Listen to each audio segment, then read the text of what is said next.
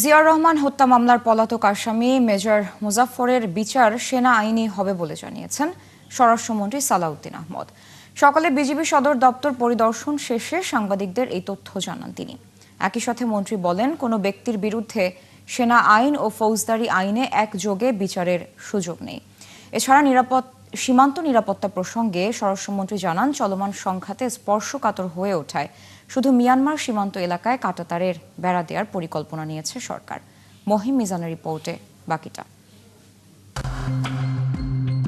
পশ্চিমবঙ্গে বিজেপি সরকার গঠনের পর নতুন করে আলোচনায় আসে পুশিন। দেশটির বিভিন্ন সীমান্ত দিয়ে একের পর এক পুশিনের চেষ্টা চলে, তবে তা রুখে দেয় বাংলাদেশ সীমান্তরক্ষী বাহিনী বিজিবি। সোমবার বিজিবি সদর দপ্তর ভাষণ শেষে সাংবাদিকদের স্বরাষ্ট্রমন্ত্রী জানালেন, ভারতের কেন্দ্রীয় সরকারের সঙ্গে এ বিষয়ে আলোচনা করবে বাংলাদেশ। প্রদেশের যে নির্বাচিত সরকার, তাদের কিছু কিছু পলিটিক্যাল এজেন্ডার কারণে তারা এটা হয়তো প্রদর্শন করতে চেয়েছে, সেই বিষয়ে আমাদের বক্তব্য নাই। আমরা কথা বলবো কেন্দ্রীয় সরকারের সাথে। আমরা বলেছি যদি সেরকম কোনো নাগরিক থাকে, বাংলাদেশের নাগরিক সেখানে যেয়ে থাকে, তার তালিকা পররাষ্ট্র মন্ত্রণালয় বিধি মোতাবেক দিতে হবে। আমরা ন্যাশনালিটি ভেরিফিকেশন করব, করে যদি সেটা সত্যতা পাওয়া যায়, সেটা আমরা যথাযথ আইনি প্রক্রিয়ায় আমরা ফেরত নিয়ে আসবো। এছাড়া অন্য কোনো উপায়ে আমরা কাউকে অ্যালাউ করব না।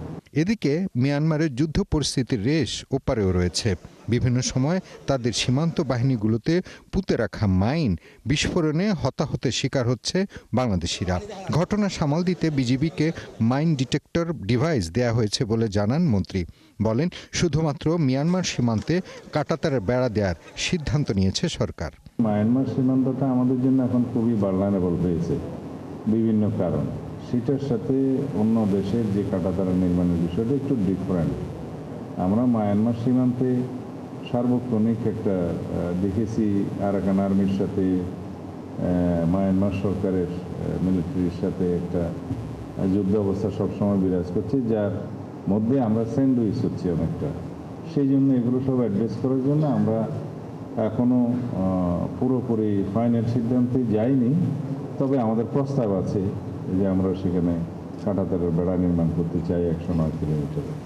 দীর্ঘদিন প্রতিবেশী দেশে পলাতক থাকা মেজর মুজাফফরের বিচার জেনারেল কোর্ট মার্শালের মাধ্যমে সেনা আইনে সম্পন্ন করা হবে বলে জানালেন সালাউদ্দিন আহমেদ। তার অন্যান্য সহযোগীদের সামরিক আদালতের বিচার হয়েছে বলে উল্লেখ করেন তিনি। পাশাপাশি সিভিল আইনে আলাদা মামলা করার কোনো আইনগত সুযোগ রয়েছে কিনা সেটিও পর্যালোচনা করা হবে বলে ইঙ্গিত দেন মন্ত্রী। আগে যারা একই মামলায় শহীদ রাষ্ট্রপতি জিয়াউর রহমানের হত্যা মামলায় কনভিক্টেড হয়েছে বা এক্সিকিউটেড হয়েছে, সেই রায় অনুসারে তার মধ্যে তার বিষয়ে কোনো ফাইন্ডিংস আসে কিনা সেটা সেই জেনারেল কোর্ট মার্শাল দেখবে সেই আইনে। এখানে আমাদের সিভিল লতে তাকে এখন আবার মামলা অন্তর্ভুক্ত করাটা কতটা আইনসম্মত হবে সেটা তখন দেখা যাবে।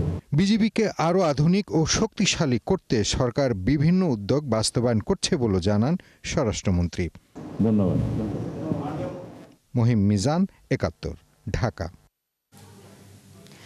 মানবতাবিরোধী অপরাধের মামলায় মৃত্যুদণ্ডপ্রাপ্ত সাবেক স্বরাষ্ট্রমন্ত্রী আসাদুজ্জামান খান কামালকে ফেরত চেয়ে ভারতের কাছে আনুষ্ঠানিকভাবে অনুরোধ জানিয়েছে বাংলাদেশ। এজন্য দিল্লিকে চিঠি পাঠানো হয়েছে বলে নিশ্চিত করেছেন পররাষ্ট্র প্রতিমন্ত্রী শামা ওবায়দ ইসলাম। জানান, দ্বিপাক্ষিক সম্পর্ক জোরদারে ভারত ইতিবাচক পদক্ষেপ নেবে বলে আশা করছেন তিনি। সোমবার ইস্কাটনে এক সেমিনার শেষে সাংবাদিকদের প্রশ্নের জবাবে এসব কথা জানান পররাষ্ট্র প্রতিমন্ত্রী। বিস্তারিত জানাচ্ছেন নাদিয়া শারমিন। জুলাই গণঅভ্যুত্থানে মানবতাবিরোধী অপরাধের মামলায় মৃত্যুদণ্ডপ্রাপ্ত সাবেক স্বরাষ্ট্রমন্ত্রী আসাদুজ্জামান খান কামালকে ফেরত চেয়ে ভারতকে চিঠি দিয়েছে বাংলাদেশ। দুপুরে রাজধানীর ২০ মিলনায়তনে এক অনুষ্ঠান শেষে পররাষ্ট্র প্রতিমন্ত্রী একথা নিশ্চিত করেন।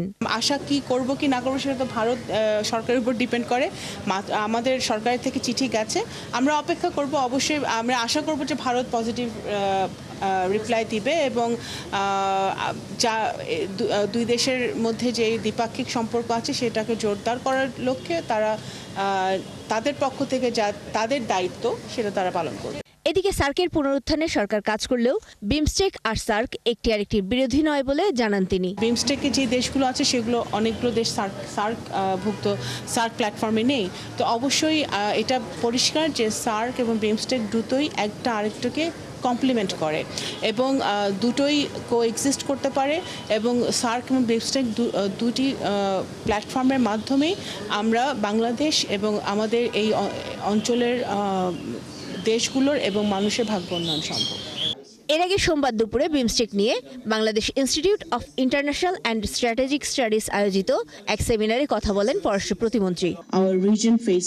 আমাদের অঞ্চল সন্ত্রাসবাদ, সহিংস উগ্রবাদ, মানব পাচার, মাদক পাচার, সাইবার হুমকি, অবৈধ মাছ ধরা, জলবায়ু পরিবর্তনজনিত দুর্যোগ এবং মানবিক সংকট সহ নানা চ্যালেঞ্জের মুখোমুখি।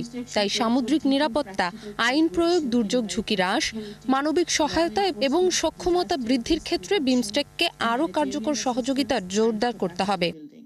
তিনি জানান, বিমস্টেকের বর্তমান সভাপতি এবং স্বাগতিক দেশ হিসেবে বাংলাদেশ শুধু সভা আয়োজনের মধ্যেই সীমাবদ্ধ থাকবে না।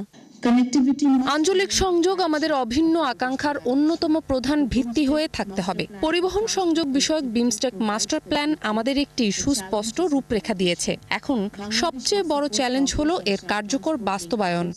নীল অর্থনীতিতে যৌথ সমৃদ্ধি, জলবায়ু সহনশীলতা ও দুর্যোগ মোকাবেলায় একসাথে কাজ করার কথাও জানান তিনি। রোহিঙ্গাদের ফেরাতে চান সদস্যদের সহযোগিতাও।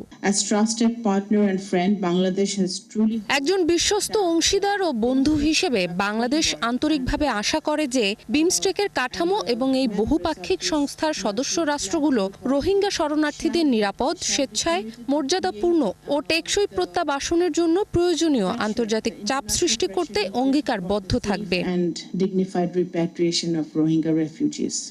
নাদিয়া শারমিন, ৭১, ঢাকা। সাবেক সেনা কর্মকর্তা মেজর জেনারেল জিয়াউল আহসানের জলসিঁড়ি আবাসন প্রকল্পের বিলাসবহুল বাড়িতে অভিযান চালাচ্ছে দুর্নীতি দমন কমিশন দুদক। বিকেলে দুদক কার্যালয়ে এক সংবাদ সম্মেলনে সহকারী পরিচালক তানজির আহমেদ জানান, সকালে দুদকের উপপরিচালক মোহাম্মদ হাফিজুল ইসলামের নেতৃত্বে একটি দল নারায়ণগঞ্জের রূপগঞ্জে জলসিঁড়ির ওই বাড়িতে অভিযান চালায়। আদালতের নির্দেশে বাড়িটি নিয়ন্ত্রণে নিয়ে সেখানে থাকা স্থাবর অস্থাবর মালামালের জব্দ তালিকা তৈরির কাজ করছেন তারা। প্রাথমিকভাবে সেখানে ব্যবহার করা জিনিসপত্র ও কিছু অর্থনৈতিক নথি পাওয়া গেছে বলে জানান তিনি। এর আগে সাবেক ভূমিমন্ত্রী সাইফুজ্জামানের 2টি ফ্ল্যাটে অভিযান চালিয়ে রিসিভারের কাছে বুঝিয়ে দেওয়া হয়।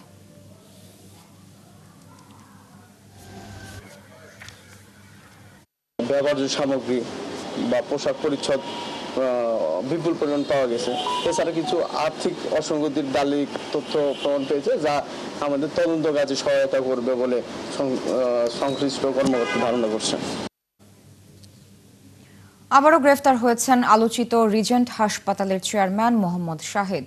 আজ রাজধানীর ইসিবি চত্বর থেকে পল্লবী থানার একটি মামলায় তাকে গ্রেফতার করেছে পুলিশ। গ্রেফতারের পর তাকে সংশ্লিষ্ট থানায় হস্তান্তর করা হয়। করোনা শনাক্তকরণ পরীক্ষায় জালিয়াতি সহ নানা কারণে আলোচিত ছিলেন রিজেন্ট হাসপাতালের চেয়ারম্যান মোহাম্মদ শাহেদ। 24শে গণঅভ্যুত্থানের 1 মাসের মাথায় 4 সেপ্টেম্বর তিনি জামিনে জেল থেকে ছাড়া পান। প্রতারণা, জ্ঞাত আয় বহির্ভূত সম্পদ অর্জন সহ শাহেদের বিরুদ্ধে 35টি মামলা চলমান ছিল, যার সবকটিতেই পর্যায়ক্রমে জামিন পাওয়ায় প্রায় 4 বছর পর জেল থেকে মুক্তি মেলে তার। এর আগে 2020 সালের 15 জুলাই সাতক্ষীরার সীমান্ত এলাকা থেকে তাকে গ্রেফতার করে র্যাব। ফ্যামিলি কার্ডের তথ্য সংগ্রহ, যাচাই বাছাই এবং উপকারভোগী নির্বাচন প্রক্রিয়ার প্রতিটি ধাপে স্বচ্ছতা ও জবাবদিহিতা নিশ্চিত করার নির্দেশ দিয়েছেন প্রধানমন্ত্রী তারেক রহমান। সোমবার সচিবালয়ের মন্ত্রী পরিষদ বিভাগে অনুষ্ঠিত এক বৈঠকে ফ্যামিলি কার্ড কর্মসূচির অগ্রগতি এবং ধাপে ধাপে দেশজুড়ে বিস্তারের রূপরেখা নিয়ে বিস্তারিত আলোচনায় এই তাগিদ দেন তিনি। বৈঠকে প্রধানমন্ত্রী বলেন, বাস্তবসম্মত পরিকল্পনা গ্রহণের পাশাপাশি আধুনিক প্রযুক্তির সর্বোচ্চ ব্যবহার নিশ্চিত করতে হবে। একই সঙ্গে সংশ্লিষ্ট সব মন্ত্রণালয় ও সংস্থার মধ্যে সমন্বয় জোরদারের ওপরও গুরুত্ব দেন তিনি। প্রকৃত উপকারভোগীদের কাছে সুবিধা পৌঁছে দিতে একটি নির্ভুল ও গ্রহণযোগ্য তথ্য ভাণ্ডার গড়ে তোলার নির্দেশ দেন প্রধানমন্ত্রী। বৈঠকে সমাজকল্যাণ মন্ত্রী ডাক্তার এজেডএম জাহিদ হোসেন, প্রতিমন্ত্রী ফারজানা শারমিন, প্রধানমন্ত্রীর উপদেষ্টা মাহদি আমিন, মুখ্য সচিব এবিএম আব্দুস সাত্তার, এসডিজি বিষয়ক মুখ্য সমন্বয়ক অধ্যাপক ডক্টর এসএম আব্দুল আউয়াল সহ সংশ্লিষ্ট মন্ত্রণালয় ও দপ্তরের ঊর্ধ্বতন কর্মকর্তারা উপস্থিত ছিলেন।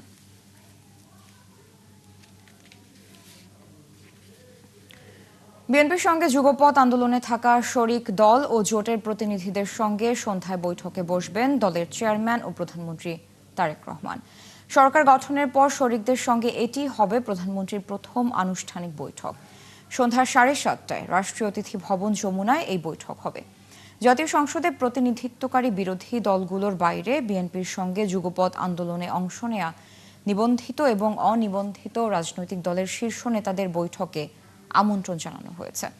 রাজনৈতিক মহলে এই উদ্যোগকে কেবল সৌজন্য সাক্ষাৎ হিসেবে নয়, বরং জোটের অভ্যন্তরীণ সমন্বয় জোরদার এবং ভবিষ্যৎ রাজনৈতিক সম্পর্কের রূপরেখা নির্ধারণের একটি গুরুত্বপূর্ণ পদক্ষেপ হিসেবেও দেখা হচ্ছে। মশা নিধনে সিটি কর্পোরেশনগুলোকে দেশীয় উদ্ভাবনকে গুরুত্ব দিয়ে পরীক্ষা নিরীক্ষা করার আহ্বান জানিয়েছেন স্থানীয় সরকার মন্ত্রী মির্জা ফখরুল ইসলাম আলমগীর।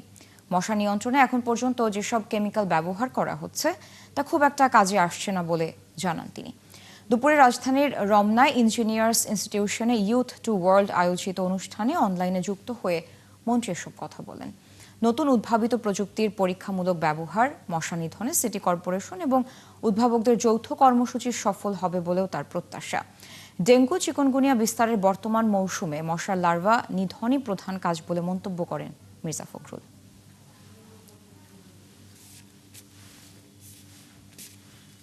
বিশেষ করে এই সময়টা ডেঙ্গুর জন্য চিকুনগুনিয়া অত্যন্ত ভয়াবহ এবং ইতিমধ্যে আমরা আমাদের মন্ত্রণালয়ের পক্ষ থেকে এবং সরকারের পক্ষ থেকে জাতীয় কমিটির সভা করে আমরা টাস্ক ফোর্স করে দিয়েছি, যাতে করে আপনার যে সমস্ত স্থানে এই মশাটা জন্ম নেয় সেই সমস্ত স্থানগুলো আপনার পরিষ্কার করে রাখা যায়।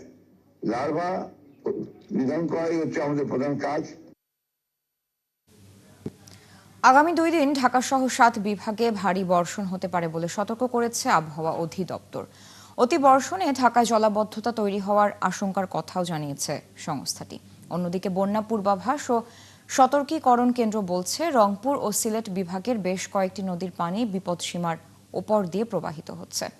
এর ফলে উত্তরাঞ্চলে বেশ কয়েকটি জেলা সহ হাওড় অঞ্চলে স্বল্পমেয়াদী আকস্মিক বন্যা হতে পারে। মিল্টন আনোয়ারের প্রতিবেদন। জুলাইয়ের শুরুতে ভারী বর্ষণে রাজধানী জুড়ে জলাবদ্ধতায় নাকাল হয়েছে নগরবাসী। আর চট্টগ্রাম বিভাগে বন্যা ও পাহাড় ধসে প্রাণ হারায় অর্ধশতাধিক মানুষ। আবারও ঢাকাসহ 7 বিভাগে ভারী থেকে অতি ভারী বৃষ্টিপাতের সতর্কবার্তা দিয়েছে আবহাওয়া বিভাগ। জানিয়েছে 20 জুলাই থেকে পরবর্তী 48 ঘণ্টায় এই বৃষ্টিপাতে আবারও ডুবতে পারে ঢাকা। আছে লঘু নিম্নচাপেরও শঙ্কা। আজ সকাল 11টা থেকে পরবর্তী 48 ঘন্টার জন্য চট্টগ্রাম বিভাগ ছাড়া আর যে 7টা বিভাগ রয়েছে সবগুলো বিভাগের জন্যই ভারী থেকে অতি ভারী বর্ষণের একটা সতর্কবার্তা জারি করা হয়েছে। পাশাপাশি এই ভারী বর্ষণের কারণে ঢাকা মহানগরীতে অস্থায়ীভাবে জলাবদ্ধতার সৃষ্টি হতে পারে। এদিকে বন্যা পূর্বাভাস ও সতর্কীকরণ কেন্দ্রের নির্বাহী প্রকৌশলী জানালেন, রংপুর ও সিলেট বিভাগের বেশ কয়েকটি নদীর পানি বিপদসীমার উপর দিয়ে প্রবাহিত হচ্ছে। বিশেষ করে আগামী 2 দিন পানি আরও বাড়ার পূর্বাভাস থাকায় রংপুর বিভাগের কয়েকটি জেলা ও সিলেটের নিচু এলাকায় স্বল্পমেয়াদী বন্যার শঙ্কা জানানো হয়েছে। তিস্তা, ধরলা ও দুধকুমার নদী অববাহিকাতে পানি বিপদসীমা অতিক্রমের ঝুঁকি রয়েছে আগামী 24 থেকে 48 ঘন্টায় এবং এর ফলে মূলত লালমনিরহাট, নীলফামারী, কুড়িগ্রাম, রংপুর, গাইবান্ধা ইত্যাদি জেলার কিছু নিম্নাঞ্চলে আগামী 2 দিনে স্বল্পমেয়াদী অথবা আকস্মিক বন্যার পরিস্থিতির সৃষ্টি হতে পারে। সিলেট, সুনামগঞ্জ, নেত্রকোনা, ময়মনসিংহ, শেরপুর জেলার সুরমা, কুশিয়ারা, সারিগোয়াইন, জাদুকাটা, ভোগাইবংশ, সোমেশ্বরী ইত্যাদি নদীর পানির সমতল আগামী 2 দিনে বিপদসীমা অতিক্রমের ঝুঁকি রয়েছে, যার ফলে মূলত এই বর্ণিত 5টি জেলার নিম্নাঞ্চলে স্বল্পমেয়াদী বন্যা পরিস্থিতি সৃষ্টি হওয়ার সম্ভাবনা রয়েছে। তবে দেশের প্রধান নদীগুলোতে পানি এখনও বিপদসীমার নিচে থাকায় আপাতত মধ্যমেয়াদী বন্যার আশঙ্কা নেই বলে জানালেন এই প্রকৌশলী। প্রধান নদী অববাহিকার পানি এখনো বিপদসীমার নিচে অবস্থান করছে। মিল্টন আনোয়ার, 71, ঢাকা। আবারও বাড়ছে তিস্তা, পদ্মা ও যমুনা সহ বিভিন্ন নদ নদীর পানি। এতে দেশের মধ্যাঞ্চল সহ অনেক জেলায় বন্যার আশঙ্কা করা হচ্ছে। নেত্রকোনার কলমাকান্দায় পাহাড়ি ঢলে কয়েকটি গ্রাম প্লাবিত হয়েছে। এদিকে উপকূলীয় এলাকা সহ কয়েক জেলায় মুষলধারে বৃষ্টি শুরু হয়েছে। পটুয়াখালীর কলাপাড়ায় বেড়িবাঁধ ভেঙে কয়েকটি গ্রামে জোয়ারের পানি ঢুকেছে। সহকর্মীদের পাঠানো তথ্য ও ছবিতে প্রতিবেদন। নেত্রকোনার কলমাকান্দায় খারনই ও নাজিরপুর ইউনিয়নে রোববার রাতে পাহাড়ি ঢলে একাধিক গ্রাম ডুবে গেছে। রাস্তাঘাট তলিয়ে যাওয়ার পাশাপাশি নদীর পাড় ভেঙে ব্যাপক ক্ষয়ক্ষতি হয়েছে। অনেক সড়ক পানির নিচে থাকায় চলাচলে দুর্ভোগ হচ্ছে। সোমবার সকালে কলমাকান্দা পয়েন্টে উবদাখালী নদীর পানি বিপদসীমার 15 সেন্টিমিটার উপর দিয়ে প্রবাহিত হয়। ফলে নিম্নাঞ্চলে বন্যা পরিস্থিতির আরও অবনতি হওয়ার আশঙ্কা করা হচ্ছে। পদ্মায় পানি বেড়ে আবার ডুবে গেছে মানিকগঞ্জের পাটুরিয়া লঞ্চ ঘাটের সংযোগ সড়ক। এতে দুর্ভোগে পড়েছেন যাত্রীরা। সোলিং করা ছিল সেটা পানিতে ডুবে গেছে, আবার জিও ব্যাগ ফেলছে, আবার পানি গেছে, আবার করছে। কিন্তু আজকে আসলাম, আজকে দেখে আবারও ওই কোনায় জিও ব্যাগ উপরে পানি উঠে গেছে। এখন আজকে যদি মেরামত না করা হয় তাহলে আবার দুর্ভোগ করতে হবে। এই যে দেখেন পরিস্থিতি, প্রত্যেকটা লোকিত। আমরা তো পুরুষ মানুষ, একটা মহিলা মানুষ, বাচ্চা কাচ্চা নিয়ে আসাটা অনেক। সিরাজগঞ্জে টানা 6 দিন ধরে যমুনা নদীর পানি বাড়ছে। গত 24 ঘন্টায় যমুনার পানি 82 থেকে 85 সেন্টিমিটার বেড়েছে। পানি উন্নয়ন বোর্ড বলছে, জেলার অন্তত 31টি ইউনিয়নকে বন্যার জন্য ঝুঁকিপূর্ণ হিসেবে চিহ্নিত করা হয়েছে। উজানের ঢল ও বৃষ্টিতে আবারও বেড়েছে তিস্তা নদীর পানি। সোমবার সকালে নীলফামারীর ডালিয়া পয়েন্টে বিপদসীমার মাত্র 5 সেন্টিমিটার নিচ দিয়ে প্রবাহিত হয়। এ কারণে তিস্তা ব্যারেজের 40টি জলকপাট খুলে রাখা হয়েছে বলে জানিয়েছে পানি উন্নয়ন বোর্ড। পটুয়াখালীর কলাপাড়ায় সোমবারও বৃষ্টি অব্যাহত রয়েছে। তবে কলাপাড়ার 4টি প্রধান নদীতে জোয়ারের পানি কিছুটা বেড়েছে। বেড়িবাঁধ ভেঙে কয়েকটি গ্রাম প্লাবিত হয়েছে। যতক্ষণে পানি শেষ না হয় ততক্ষণে আমরা ঘরে বসে থাকি। মানে অসুস্থ থাকলেও ঘরে বসে থাকতে হয়, কোনো চিকিৎসা যাইতে পারি না, রাঁধতে পারি না, চুলোমুলো সব কিছু পানিতে তলাইয়ে গেছে, ভেঙে গেছে। কৃষি তো হয় না, অনেক শত শত একর জমি নষ্ট হয়ে গেছে, কৃষি হয় না। এই যে বেড়িবাঁধ, নিজেদের অর্থায়নে এই বেড়িবাঁধ বাঁধা হয়, নিজেদের টাকা দিয়ে কৃষকেরা উঠিয়ে, কিন্তু হচ্ছে এই বেড়িবাঁধ স্বাভাবিক জোয়ারই ভেঙে যায়। স্বাভাবিক জোয়ারে ভেঙে যাওয়ার ফলে প্রায় 250 থেকে 300 পরিবার জোয়ারের সময় একদম পানিবন্দী থাকে। পিন্টু হাজং, 71। দেশের 4 জেলায় ধর্ষণ ও হত্যা মামলায় 4 জনকে মৃত্যুদণ্ডের আদেশ দিয়েছে আদালত। এ সময় আরও 3 জনকে যাবজ্জীবন কারাদণ্ড দেওয়া হয়েছে। এছাড়া আসামিদের প্রত্যেককে বিভিন্ন পরিমাণে অর্থদণ্ড দেওয়া হয়েছে। সহকর্মীদের তথ্য, ছবিতে প্রতিবেদন। 2023 সালের 21 মার্চ চট্টগ্রামের পাহাড়তলীতে 10 বছর বয়সী শিশু আবিদা সুলতানা আইনিকে বিড়াল ছানা দেওয়ার লোভ দেখিয়ে ধর্ষণের চেষ্টা করে আসামি রুবেল। পরে ব্যর্থ হয়ে তাকে হত্যার পর মৃতদেহ গুম করা হয়। চাঞ্চল্যকর এ ঘটনায় সোমবার দুপুরে চট্টগ্রামের নারী ও শিশু নির্যাতন দমন ট্রাইব্যুনাল 2 এর বিচারক সাইফুর রহমান আসামি রুবেলকে মৃত্যুদণ্ডের আদেশ দেন। সন্দেহাতীতভাবে আমরা রাষ্ট্রপক্ষে প্রমাণ করতে সক্ষম হয়েছি এবং 302 ধারায় এই মামলায় মৃত্যুদণ্ড দিয়েছে আসামিকে এবং 5,000 টাকা অর্থদণ্ড, অপহরণের কারণে 7 ধারায় যাবজ্জীবন কারাদণ্ড, 5,000 টাকা অর্থদণ্ড এবং 9(4) খ ধারায় ধর্ষণের চেষ্টার কারণে 10 বছর কারাদণ্ড এবং 5,000 টাকা অর্থদণ্ড প্রদান করেছে। 2022 সালে মাগুরার শ্রীপুর উপজেলায় বাঁশঝাড় থেকে 6ষ্ঠ শ্রেণীর শিক্ষার্থী রাজিয়া খাতুনের মৃতদেহ উদ্ধার করে পুলিশ। পরে শিশুটির বাবা হাসান শেখকে আসামি করে থানায় ধর্ষণ ও হত্যা মামলা দায়ের করা হয়।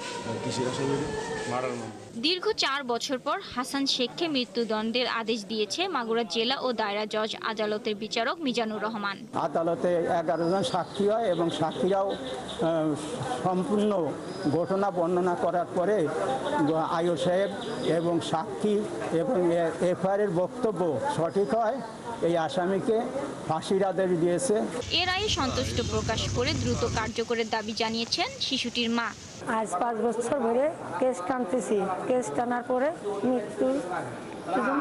মৃত্যুদণ্ড ফাঁসি রায় ঘোষণা করেছে, এতে আমি খুব খুশি হয়েছি। জামালপুরের বকশীগঞ্জে গৃহবধূ হনুফা বেগমকে পিটিয়ে হত্যা মামলায় স্বামী হাফিজুল আফজালকে মৃত্যুদণ্ড ও 5 লাখ টাকা জরিমানা করেছে আদালত। অন্যদিকে সদর থানায় অপহরণ মামলায় 3 আসামি শামীম, শিপন ও জালালকে যাবজ্জীবন কারাদণ্ড ও 1 লাখ টাকা জরিমানা করা হয়েছে। এদিকে চুয়াডাঙ্গার জীবননগরে গোয়ালপাড়া গ্রামের স্কুল ছাত্রী মরিয়ম খাতুনকে ধর্ষণ ও হত্যা মামলায় আসামি আবুল হোসেন ওরফে ফটিককে মৃত্যুদণ্ড ও 2 লাখ টাকা জরিমানা করা হয়েছে। 2023 সালের 21 ডিসেম্বর মরিয়ম খাতুনকে ধর্ষণের পর হত্যা করে আসামি আবুল হোসেন। এ বিষয়ে মামলা দায়েরের পর আসামি আদালতে স্বীকারোক্তিমূলক জবানবন্দি দেয়। শাকিলা সিদ্ধি, 71। নবায়নযোগ্য জ্বালানির ব্যবহার বাড়াতে সরকার কাজ করছে বলে জানিয়েছেন বিদ্যুৎ ও জ্বালানি মন্ত্রী ইকবাল হাসান মাহমুদ টুকু। রাজধানীর বাংলাদেশ চীনমৈত্রী সম্মেলন কেন্দ্রে ন্যাশনাল ডেভেলপমেন্ট প্রোগ্রাম আয়োজিত উন্নয়ন বিষয়ক জাতীয় কর্মশালায় এ কথা বলেন মন্ত্রী।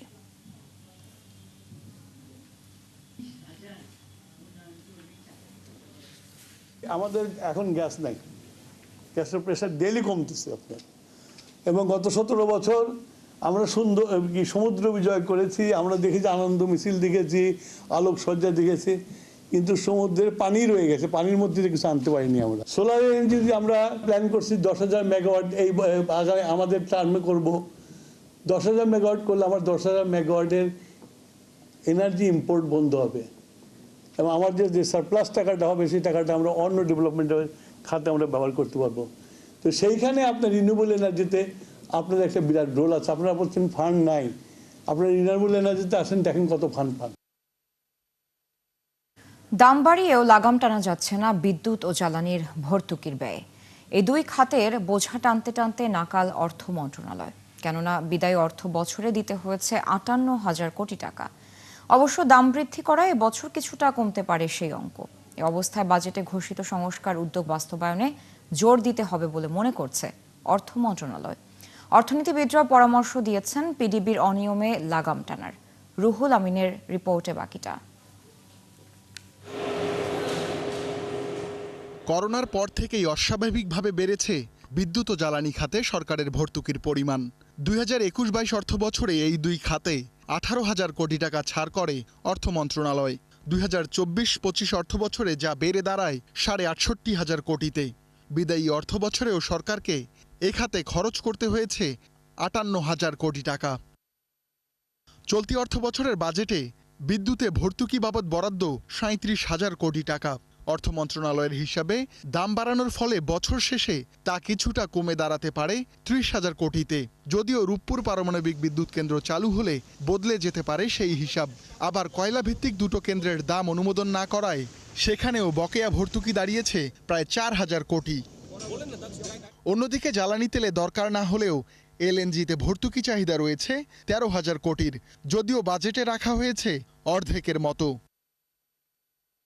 মধ্যমেয়াদী সামষ্টিক অর্থনৈতিক নীতি বিবৃতিতে ভর্তুকি কমাতে সার্বজনীন ব্যবস্থার বদলে সুনির্দিষ্ট ভর্তুকির কথা বলা হয়েছে, যদিও এটি বাস্তবায়ন কঠিন বলে মনে করেন অর্থনীতিবিদরা। ইটস ডিফিকাল্ট অ্যাডমিনিস্ট্রেটিভলি ইমপ্লিমেন্ট করা। কিছুটা বিল্ট ইন করা আছে, যেমন 100 ইউনিটের নিচে হলে কমে পায় বিদ্যুৎ। এটা কিন্তু গরিবদের জন্য লাইফলাইন ট্যারিফ যেটাকে বলা হয়। তো সেটা ঠিকই আছে, সেটা ওইভাবেই পৃথিবীর বিভিন্ন দেশে করা হয়, সেলফ টার্গেটেড। এখন যদি বলা হয় যে পেট্রোল কেনার সময় আমার কাছ থেকে 120 টাকা নিবে, আরেকজনের কাছ থেকে 70 টাকা নিবে, এটা ইমপ্লিমেন্টেবল না। ভর্তুকি ইজ রিগ্রেসিভ, একটা রিগ্রেসিভ ট্যাক্সেশনের মতো। ভর্তুকি সাপোর্টটা যারা বেশি সুবিধাবাদী তারা বেশি ভর্তুকি পাচ্ছে, এবং তো এটা একটা মৌলিক রিফর্ম সংস্কার দরকার। চলতি অর্থ বছরের বাজেটে বিদ্যুৎ খাতের ভর্তুকি কমাতে কম খরচের কেন্দ্র বেশি চালানো, ক্রয় চুক্তি পুনর্মূল্যায়ন, অযৌক্তিক ক্যাপাসিটি চার্জ কমানো ও কেন্দ্রগুলোর প্রকৃত সক্ষমতা বের করার কথা বলা হয়েছে। প্রবলেম হচ্ছে পিডিবির যে মিসগভর্নেন্স যেটা আছে, মানে কোয়ালিটি অফ ম্যানেজমেন্ট যেটা আছে, সেটার কস্টটা তো এখন কনজিউমারদের উপরে চলে যাচ্ছে। তো আপনাকে পিডিবি ভর্তুকি নিক, কিন্তু আমাদেরকে দেখাতে হবে বছরের পর বছর পিডিবি কি উন্নতিটা করছে এনার্জি সেক্টরে, কি তাদের গভর্নেন্স ইমপ্রুভমেন্ট কি হচ্ছে। বর্তমানে সরকারি বেসরকারি মিলিয়ে চালু বিদ্যুৎ কেন্দ্র 137টি। এর বাইরে ভারত থেকেও আমদানি করা হচ্ছে বড় একটা অংশ। রুহুল আমিন, 71, ঢাকা। সরকারের নির্দেশনা অনুযায়ী 16 ডিসেম্বর থার্ড টার্মিনাল চালুর জন্য কাজ করছে বেবি চক। আগস্টের শেষ দিকে অথবা সেপ্টেম্বরের শুরুর দিকে থার্ড টার্মিনালের গ্রাউন্ড হ্যান্ডেলিংয়ের দায়িত্ব জাপানকে দেওয়ার চুক্তি হতে পারে বলে আশা প্রকাশ করেছে বেসামরিক বিমান চলাচল কর্তৃপক্ষের chairman air vice marshal Mostafa Mahmud Siddique. দুপুরে সিভিল এভিয়েশন এবং এয়ার ট্রাফিক অপারেশনের বিষয় কর্মশালায় বক্তব্যে এসব কথা বলেন তিনি। একই সাথে বিমানবন্দরে যাত্রীদের নিরাপত্তার কথা বিবেচনায় গণমাধ্যম কর্মীদের বিমানবন্দর এলাকায় ড্রোন না উড়ানোর অনুরোধ জানিয়ে বলা হয়, অত্র এলাকার নিরাপত্তা নিশ্চিতে এবছরই শাহজালাল বিমানবন্দরের জন্য অ্যান্টি ড্রোন সিস্টেম কেনা হবে। এছাড়াও এয়ার ট্রাফিক কন্ট্রোল এটিসি স্থাপিত হওয়ায় দেশের সমুদ্র সীমায় বিদেশি উড়োজাহাজের ফ্লাইট চার্জের মাধ্যমে প্রতি বছর 8% রাজস্ব আদায় বাড়বে বলেও জানাবে বেবিচক। কর্মশালা শেষে কর্মশালায় অংশ নেওয়া সাংবাদিকদের হাতে সনদ তুলে দেয় বেবিচক চেয়ারম্যান।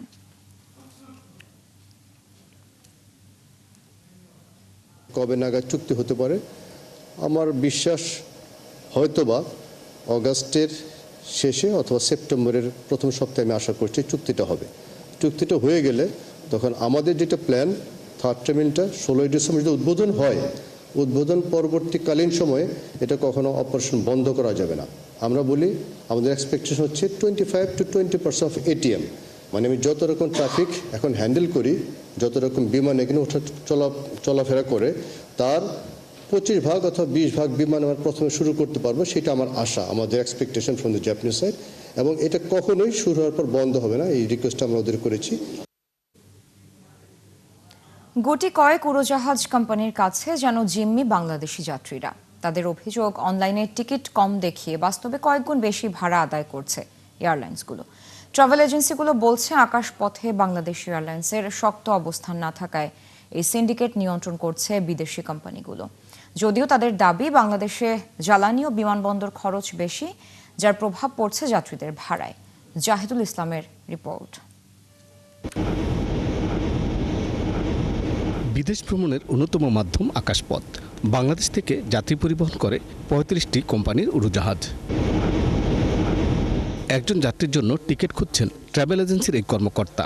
একই গন্তব্যে কয়েকটি কোম্পানির উড়োজাহাজের টিকিট মূল্য দেখিয়ে বললেন, ভাড়া অন্যান্য দেশের চেয়ে বেশি। ঢাকা থেকে জেদ্দা যখন আমরা টিকিট কাটবো, তখন আমি পে করবো 81,832 টাকা। আর যখন জেদ্দা থেকে আপনি ঢাকা আসবেন, সেই ভাড়াটা আপনাকে গুনতে হচ্ছে 32,659 টাকা। তো দুইটার ফার ডিফারেন্সটা আপনি নিজেই বুঝতে পারছেন যে কী পরিমাণ বৃদ্ধি। লোয়েস্ট ক্লাসের যে ভাড়াগুলো আছে সেগুলো তারা ব্লক করে দেয়, আপার ক্লাসের ভাড়াগুলো সে আমাদের শো করে। তারপরে লোয়েস্ট ক্লাসের ভাড়াটা যদি হয় আপনার 63,000 টাকা, তারা হায়ার ক্লাসের যেটা 98,000 টাকা, সেটা দিয়ে তারা ফেয়ারটা শুরু করছে। জরুরি প্রয়োজনে যখন তখন বিদেশ ভ্রমণ করেন ব্যবসায়ীরা।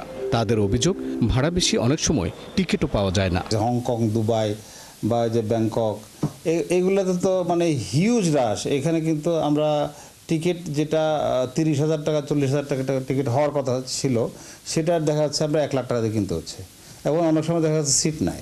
আমাদেরকে হঠাৎ করে টিকিট কাটতে গেলে যে টিকিটের দাম হয় ধরেন 35, তখন সেটা আপনি ধরেন লাখের কাছাকাছি চলে যায়। তো আমাদের পক্ষে তো এই বার্ডেন বহন করা সম্ভব হয় না। বিশেষজ্ঞরা বলছেন, বাংলাদেশ থেকে দৈনিক যাত্রী পরিবহন হয় 20 থেকে 30,000। সেই তুলনায় উড়োজাহাজ চলে হাতে গোনা কয়েকটি। আউট অফ 100টা সিটের মধ্যে আমাদের হলো স্টেক হলো মাত্র 25 থেকে 30%। তো সেই ক্ষেত্রে বিদেশি এয়ারলাইনের সংখ্যা এখানে বেশি, তাদের মার্কেট শেয়ার বেশি। সপ্তাহে আমরা ধরি 50,000 সিটের প্রয়োজন, কিন্তু সেখানে আছে হয়তো আমাদের ডিমান্ড 60,000। সো 10,000 কিন্তু এক্সেস ক্যাপাসিটি আছে আমাদের। তো স্বাভাবিকভাবে মানুষ যখন বেশি করে টিকিট কাটতে যাবে, এয়ারলাইন তো তখন তাদের ফেয়ার বাড়িয়ে দিবে। দেশীয় বেসরকারি উড়োজাহাজ সংস্থার দাবি, জ্বালানি খরচ বেশি, বিমানবন্দর ব্যবহার ও টিকিটের উপর বিভিন্ন শুল্কের কারণে বাড়তি ভাড়া গুনতে হচ্ছে যাত্রীদের। এভিয়েশন সেক্টরে যত ধরনের কস্ট আছে, মোর দেন 90% কস্ট হচ্ছে আপনার ডলারে। বাট আমরা যখন টিকিট সেল করি, সেটা কিন্তু আমরা টাকায় সেল করি। এখানে টাকার ডিভ্যালুয়েশন একটা বড় ফ্যাক্টর হয়ে কাজ করছে। ডেভেলপমেন্ট ট্যাক্স বলেন, সিকিউরিটি ট্যাক্স বলেন, এমবার্কেশন ফি, এয়ারপোর্ট ট্যাক্স, সমস্ত কিছুই তো আমার ফেয়ারের সাথে ইনভলভ। যে কোনো রুটের অপারেশনাল কস্টের মোর দেন 40% হচ্ছে jet fuel price. Jet fuel প্রাইসটা যদি আদার্স কান্ট্রি থেকে বেশি হয়, আপনার ফেয়ার বেশি হতে বাধ্য। বর্তমানে 54 দেশের সাথে বিমান চলাচল চুক্তি রয়েছে বাংলাদেশের। দেশীয় উড়োজাহাজের সক্ষমতা কম, তাই আকাশপথে বাংলাদেশি যাত্রীদের বেশিরভাগই পরিবহন করছে বিদেশি উড়োজাহাজগুলো। অভিযোগ রয়েছে মন গড়া ভাড়া আদায়ের। বিশ্লেষকরা বলছেন, এ থেকে উত্তরণে বিমানবন্দর পরিচালনা খরচ কমাতে হবে এবং সেবার মান বাড়াতে হবে আন্তর্জাতিক মানের। তাহলে বেশি সংখ্যক বিদেশি উড়োজাহাজ বাংলাদেশে আসবে এবং যাত্রীরাও প্রতিযোগিতামূলক কম দামে টিকিট কিনে ভ্রমণ করতে পারবেন। জাহিদুল ইসলাম, 71, ঢাকা।